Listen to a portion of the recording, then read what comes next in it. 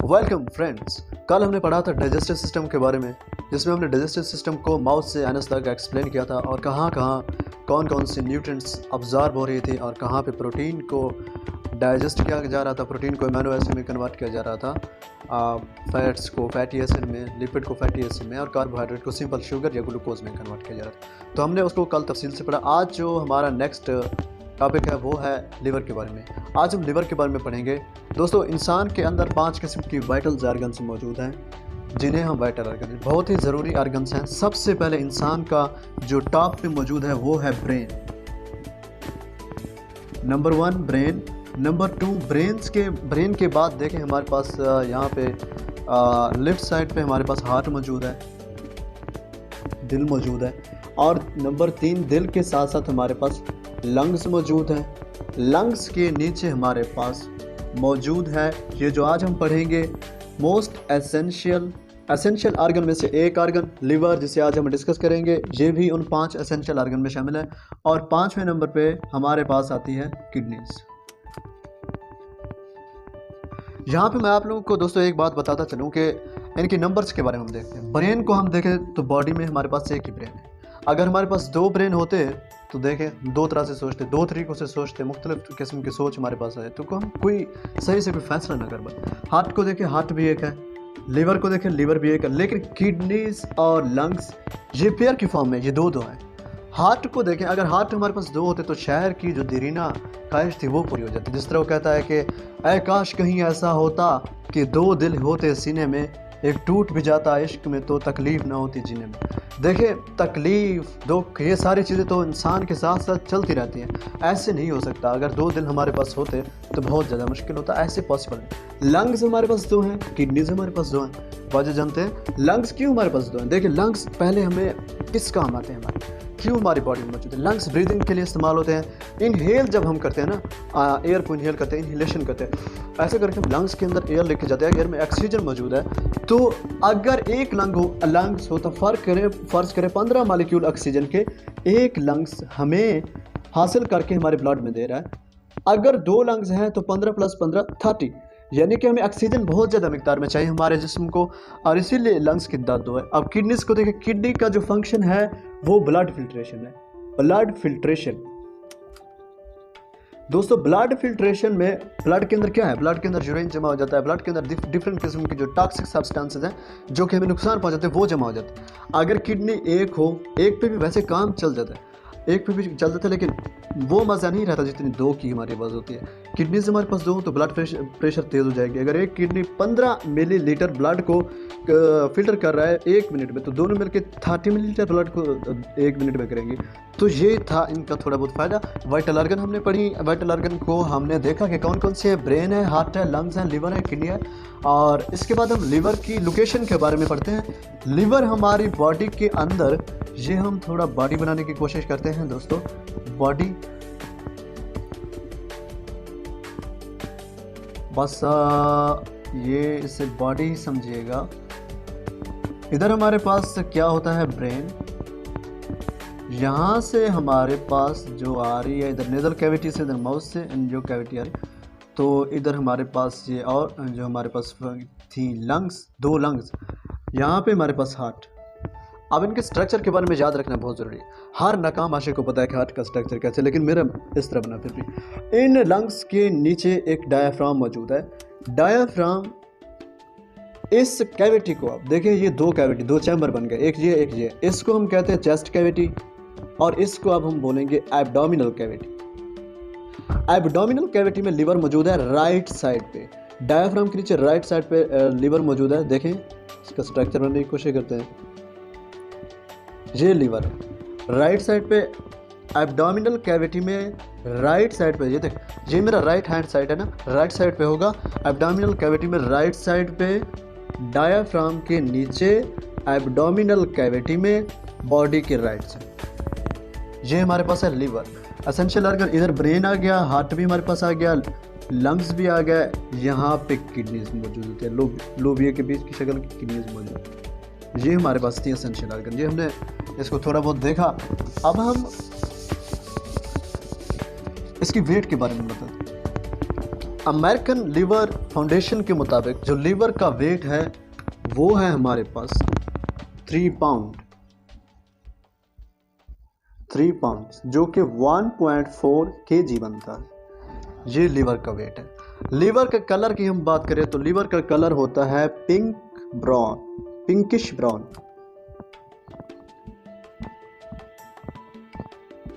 ये दोस्तों हमने फिजिकल फीचर के बारे में, जो लीवर की फिजिकल फीचर थी, लीवर की लोकेशन के बारे में हमने बात की। लोकेशन कहाँ पे था?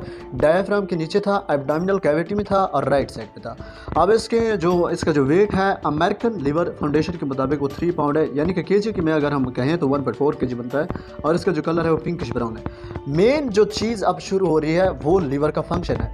कोई भी आर्गन हमारी बॉडी के अंदर ऐसे बिल्कुल फालतू नहीं है, हर आर्गन का एक स्पेसिफिक फंक्शन होता है।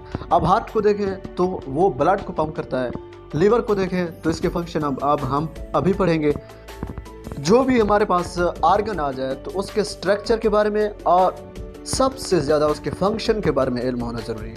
ये एमसीक्यूज़ के लिए बहुत ज़रूरी है। अब हम फंक्शन देखते हैं कि किस तरह ये लीवर फंक्शन परफॉर्म करता है, क्यों है हमारे जिस्म में, क्या ये बोझ है? नहीं, कोई भी चीज़ बोझ नहीं होता। अब लीवर का फंक्शन, सबसे पहला जो इसका मोस्ट इम्पोर्टेंट फंक्शन है वो है हमारे पास डिटॉक्सिफिकेशन,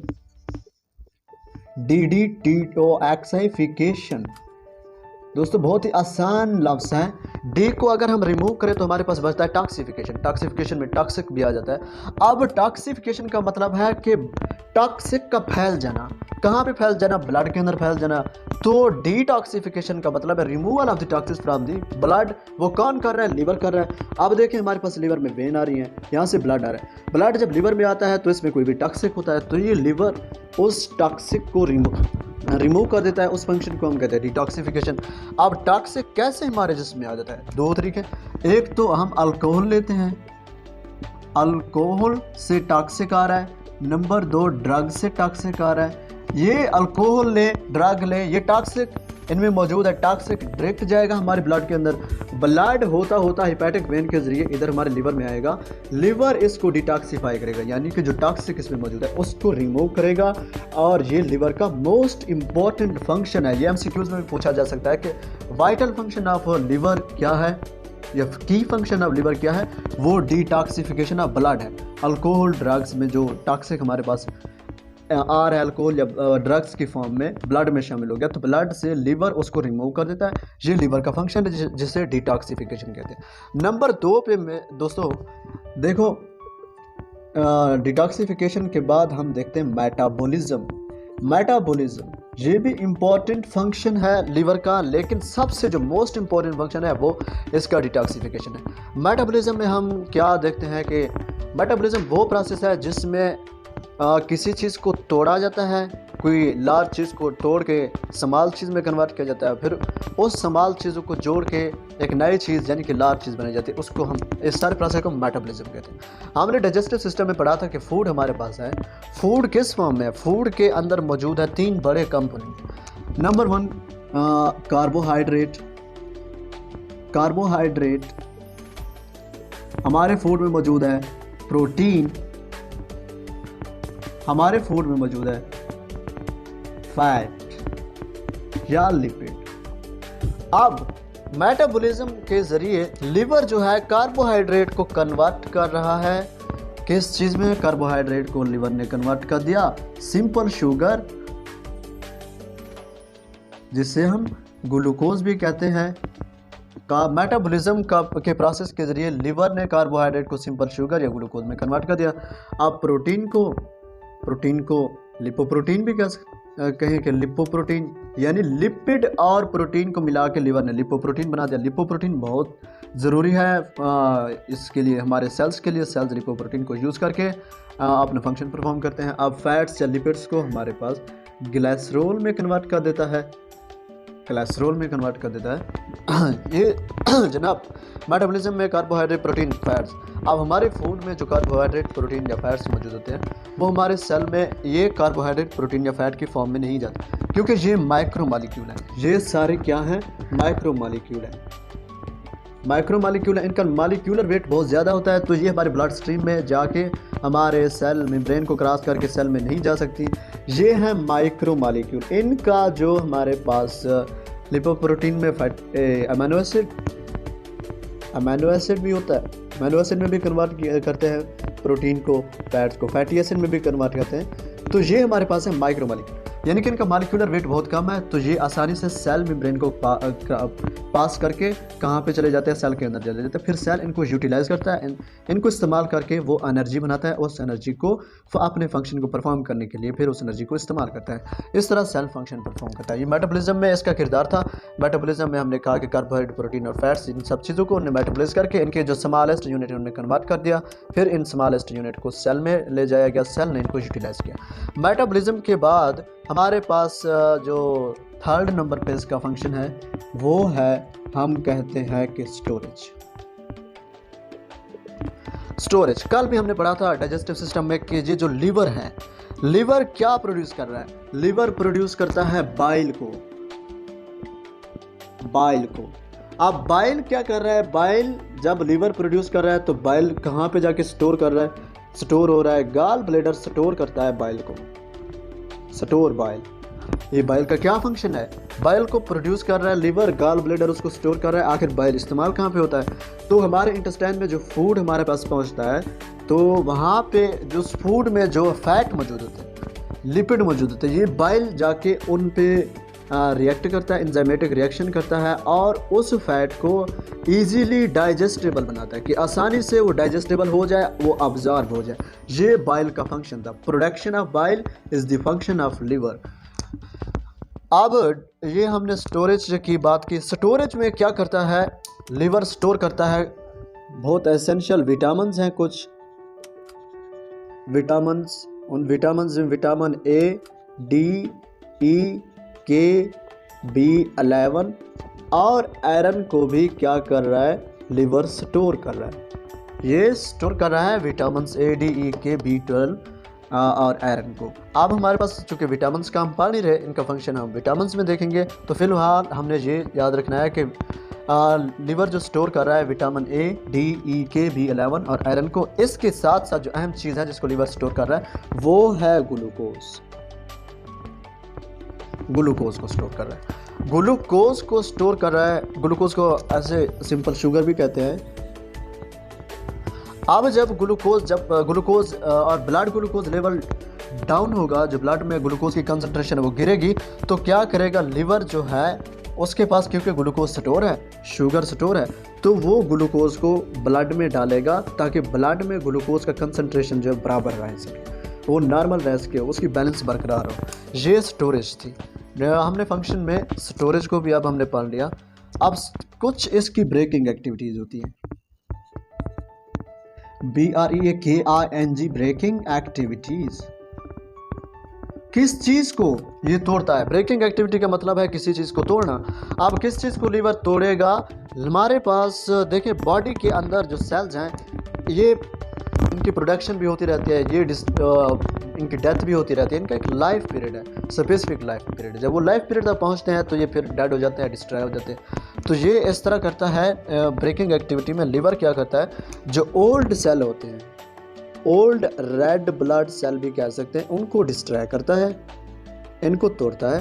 क्या कौन तोड़ रहा है? लिवर। दूसरे नंबर पे इंसुलिन को भी, एक्सेसिव इंसुलिन को भी ब्रेक करता है। इंसुलिन को पैंक्रियास प्रोड्यूस करता है और इंसुलिन का जो मकसद है ब्लड ग्लूकोज लेवल को रेगुलेट करना। ब्लड ग्लूकोज लेवल को रेगुलेट करना। अगर हमारे ब्लड में ग्लूकोज का लेवल बढ़ गया तो ये इंसुलिन उस ग्लूकोज को उठा के हमारी बॉडी में वहाँ पे डालेगा जहाँ पे ग्लूकोज स्टोर होगा। इंसुलिन अगर वहाँ पे रह जाए हमारी ब्लड के अंदर, तो वो उसका जो फंक्शन है वो ब्लड से ग्लूकोज को निकालना है, उसको स्टोर करवाना है। अब वो निकलवाता रहेगा, ग्लूकोज को निकलवाता रहेगा, तो आखिरकार ग्लूकोज निकलते निकलते उसकी कंसंट्रेशन डाउन हो जाएगी, बहुत ज़्यादा हद तक गिर जाएगी। तो इस कंसंट्रेशन को बैलेंस रखने के लिए जो लीवर है वो इंसुलिन को डिस्ट्रॉय कर देगा, इंसुलिन को ब्लड में से निकाल देगा, उसको ब्रेक कर देगा, उसकी एक्टिविटी को ख़त्म कर देगा। ये था इंसुलिन का फंक्शन। इसीलिए जब हमारे पास इंसुलिन अगर हमारे पास ब्लड में रहे ही ना, तो जब हम कोई ऐसी फूड लें जिसमें शुगर मौजूद हो तो हमारा जो ब्लड ग्लूकोज लेवल फ़ौरन चढ़ जाता है, जिससे बहुत ज़्यादा पेचीदगियाँ होती हैं। तो हमें इंसुलिन हमारा प्रोड्यूस नहीं हो रहा, तो हम बाहर से इंसुलिन का इंजेक्शन लेते हैं, वैक्सीनेशन करवाते हैं इंसुलिन के वजह से, तो ब्लड ग्लूकोज लेवल को बरकरार रखने के लिए। अब हमारे पास है एक और हीमोग्लोबिन, इसको भी ब्रेक कर रहा है, डिस्ट्रॉय कर रहा है लीवर। हीमोग्लोबिन क्या है? हीमोग्लोबिन एक कैरियर प्रोटीन है। क्या है? इसको हम कैरियर प्रोटीन कहते हैं, ऑक्सीजन कैरियरिंग प्रोटीन, CARRYING प्रोटीन। ये एक ऐसी प्रोटीन है जो कि ऑक्सीजन को कैरी करती है। अब ये हीमोग्लोबिन पाया कहाँ पे जाता है? हीमोग्लोबिन रेड ब्लड सेल्स में पाया जाता है। ऑक्सीजन कहाँ पे? ऑक्सीजन हम ब्रीदिंग के दौरान अपने एनवायरनमेंट से लेते हैं, उसे लंग्स में डालते हैं। लंग्स में से होता हुआ रेड ब्लड सेल तक जब ऑक्सीजन जाता है, रेड ब्लड सेल में हीमोग्लोबिन प्रोटीन मौजूद है, जिसके पास ये कैपेसिटी है, ये इसका फंक्शन है कि वो बॉन्ड बना लेता है ऑक्सीजन के साथ और ऑक्सीजन को ब्लड में कैरी करता है और ऑक्सीजन को वहाँ ले जाता है, यानी कि सेल्स के अंदर ले जाता है जिधर ऑक्सीजन ने यूटिलाइज होना है। सेल ऑक्सीजन को रेस्पिरेशन में यूटिलाइज करेगा और ATP यानी कि एनर्जी करेंसी बनाएगा। ये हीमोग्लोबिन का फंक्शन है, इसको भी याद रखना है। इसको ब्रेक कर रहा है ओल्ड रेड ब्लड सेल्स को, इंसुलिन को, हार्मोन्स को। इंसुलिन को क्यों कर रहा है? ताकि हमारे पास ब्लड ग्लूकोज लेवल जो है वो क्या रहे? बैलेंस रहे। ब्लड ग्लूकोज लेवल को बैलेंस करने के लिए इंसुलिन को डिस्ट्रॉय कर रहा है। अब हमारे पास जो हार्मोन्स के लेवल को भी बैलेंस रखता है, ये हमारा जो लीवर है, हार्मोन्स के लेवल को इसी तरह बैलेंस रखता है। इंसुलिन एक हार्मोन था, उस को वहाँ से ब्लड में ब्रेक भी कर देता है, उसको फिर वहाँ पे इजाज़त भी देता है जब तक चाहता है। ये हमने फंक्शन में डिटॉक्सिफिकेशन जो सबसे इम्पोर्टेंट फंक्शन था वो पढ़ा, मेटाबॉलिज्म पढ़ा, स्टोरेज पढ़ा, इसकी ब्रेकिंग एक्टिविटीज़ पढ़ी। ये इसके जो मोस्ट इम्पोर्टेंट फंक्शन थे वो हमने आप पढ़ ली। अब जनाब हम इसको दोबारा एक सिंपल रिव्यू इसका देखते हैं। देखें,